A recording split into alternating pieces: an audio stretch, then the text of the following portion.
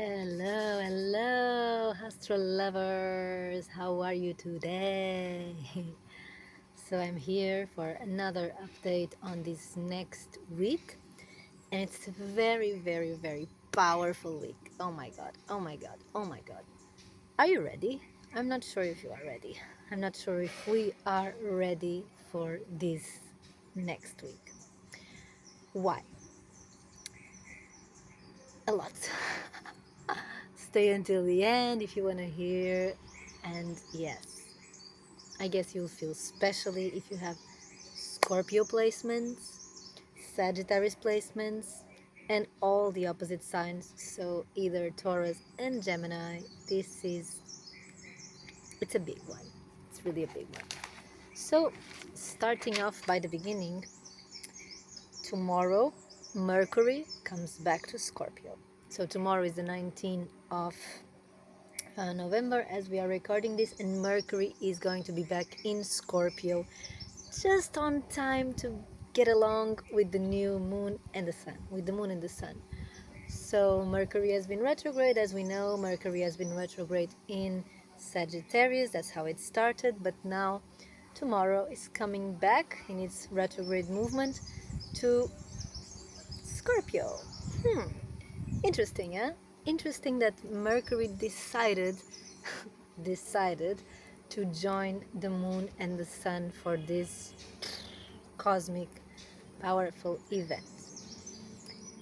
When we have a new moon in Scorpio, it's not just another new moon, okay? Especially with the movements we've been having lately and how things are going, and you might see it all over your social media, everything that's being revealed, all the dark information, all the shadows that are being put into light. So we feel it. It's intense, and we are building up something intense. And probably if you are like me and if you have Scorpio placements, there are moments that you just feel like, wow, this is me, this is my new age, this is my new era. It's like, wow, powerful rebirth, da da da da da da da da. And then and all the shadows come back and you are like, what the fuck, but I was feeling so amazing and now I'm feeling like this. And it's okay, this is part of the journey, okay? Also because it's a purge, it's a healing process. So if you ever done like any medicine retreat or even a vipassana, you will know that there are moments that you just feel amazing and you are like on top of the world and like, wow, I can fully meditate, this is amazing, my life is amazing, I am amazing, everything is amazing, I love life. And then there are other moments where it's so hard and you cannot stand the pain in all your body and you just feel ugh, done with it and you just want to leave. So that's a little bit this energy and how the Scorpio works. And especially if you have Scorpio in your chart, you will know this, okay? More. Because you feel it. And it's hard to not feel it when we have Scorpio. And wherever we have Scorpio, because we all have Scorpio in any area, in an area of our lives, okay? So yeah, that is one thing. So Mercury is back in Scorpio for the final review, let's say, on this Scorpio energy. So Mercury, the mind. Let's think at the concept of our minds. So our minds are back to that dark place, kind of, to check the shadows, what is still there, so that we can alchemize it, so that we can transform it. Because that's always the mission of Scorpio. It's always to do alchemy. It's an alchemist, okay? So of course it will have and call for these dark energies and these shadows and like seeing what is not working. Yes, because that's how it can alchemize. It cannot alchemize when everything is flowing and everything is glowing and everything is nice and da da da da nice. No, that doesn't work like that. So we need to go back there so that we can like tie up the loose ends, whatever, what is still there, what are still the beliefs that are still there. And okay, I still see myself as this. I still feel called to do X, Y, Z that I know it's not beneficial. Okay, so this is where the alchemy is needed. So then on the 20th, we have the new moon in Scorpio. We know it's all over the world that new moons are about beautiful white bird, hope. Sorry, Pastel, big white bird. New moons are about new beginnings, are about planting seeds. And I love that these new moons happen in the end of the signs. So the new moon is happening way right before the sun enters in Sagittarius, in the last degrees of Scorpio. And this is great because we've been journeying all the month through this energy, like doing the whole process, and then the planting of the seeds comes right before the beginning of a new dawn. And that's how it is. So it's like, it feels like this new moon is a wake up, you know? It's like you are waking up, it's still dark, it's early. What do I call for this new day? And that's it. So based on all the healing you've been doing, based on all the month that you've been having, all the things that you've been addressing, now this new dawn comes for you to do the final stretch in a way. And it's really, really special because it's not just a new moon, there is Mercury next to it as well, Mercury Retrograde. So it still says that, okay, the process is not finished yet.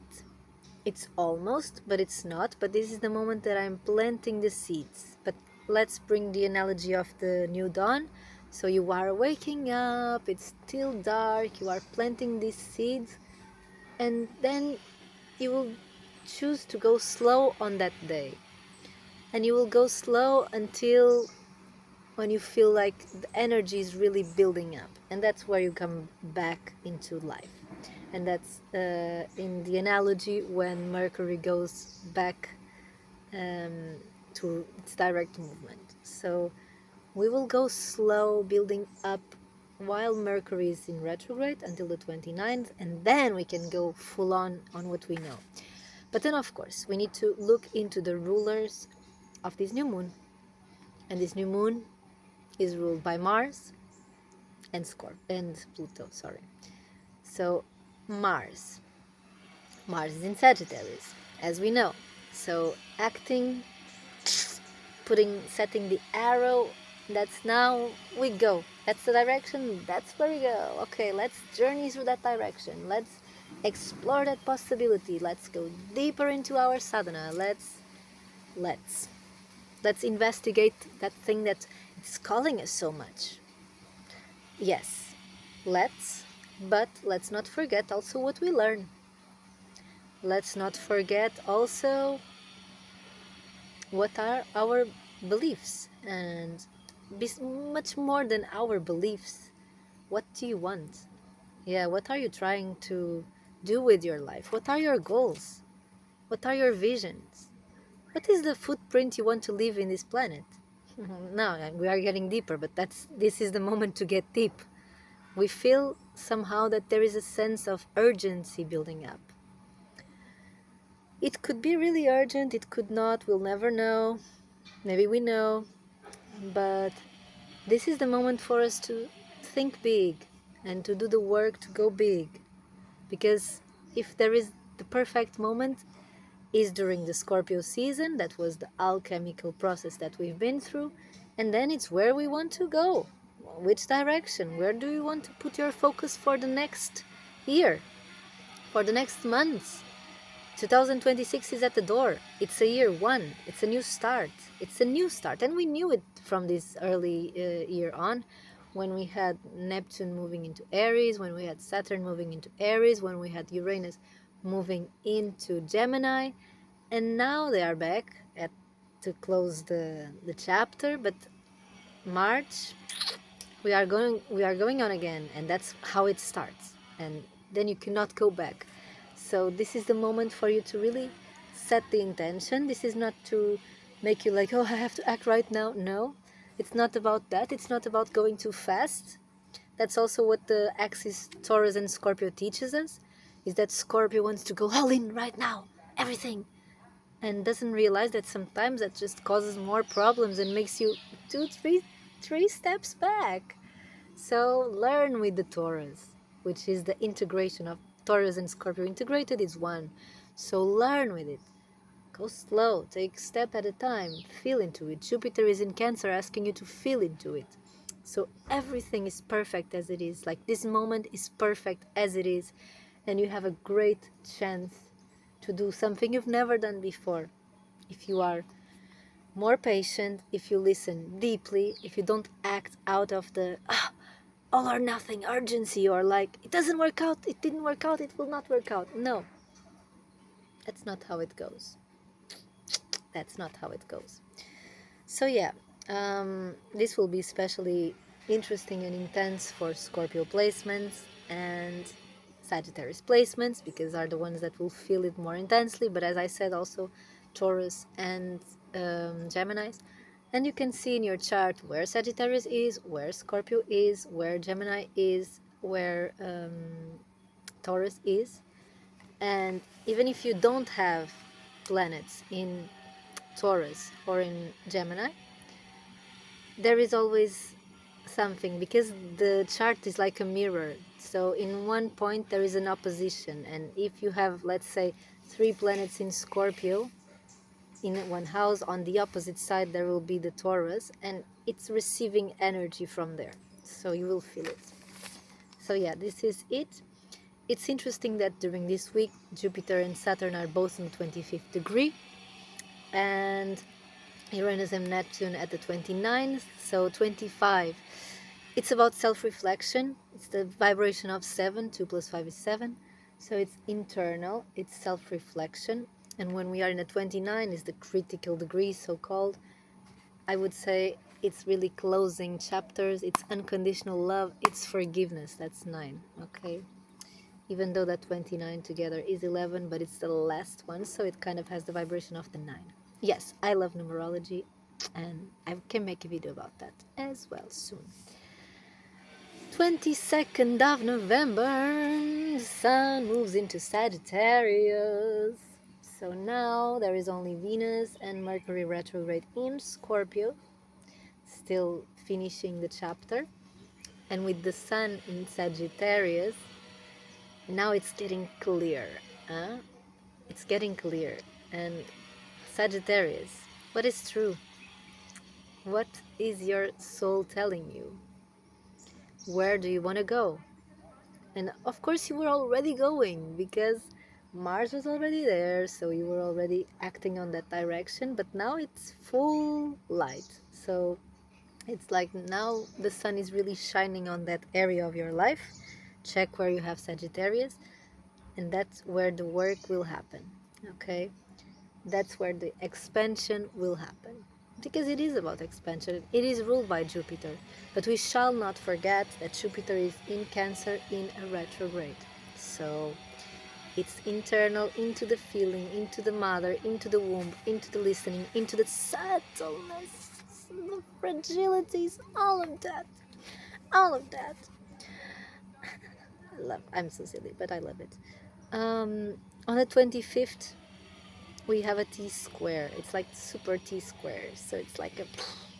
And yeah, like looking into these last 23, 24, 26, some movements like squares between Mars and the South Node, and then Mercury trines Jupiter, and then Venus trines Jupiter. Like, I was looking into these movements and I felt, something big is gonna happen on this time. And it really feels like a confrontation with the past in a way, but not a tough one, more like a, okay, all this month I've been receiving the information, all this month I've been doing this work, all this month I got confronted and clear on what was not working, on what was the shadow, on what was the things that I wanted to let go of. I decided that I'm putting this off.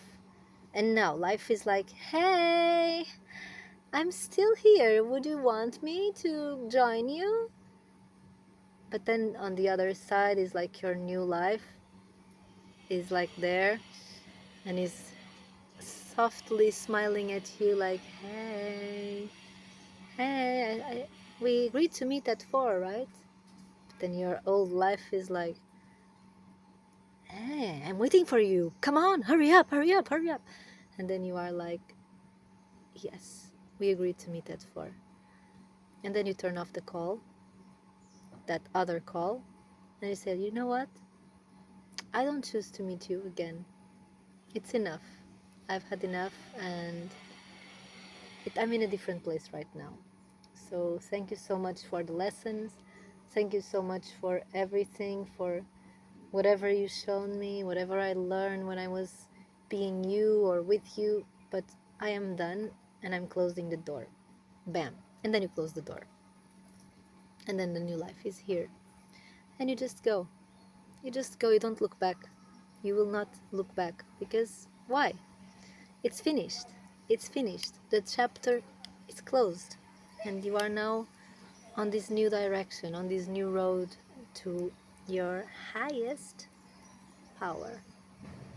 Aligned with Mother Earth, aligned with the cycles of life, following your heart. So this is it. So this is a great time. This is an amazing week, powerful week. Choose to close the old door. Choose to walk into the new one. Remember, in the beginning, when you are walking and starting this path, the old life is going to scream at you, trying to distract you. Distractions are there. And these distractions sometimes are just clouds, are just doubts. But you don't listen to those doubts because they are not true. They are just reflections and repetitions of the past, of the stories you bought so much, and now you don't choose them anymore. So this is it. Share this with a friend that might need it. Like, subscribe, all of that thing. Book readings with me and send some love and have a beautiful week. Talk to you next week.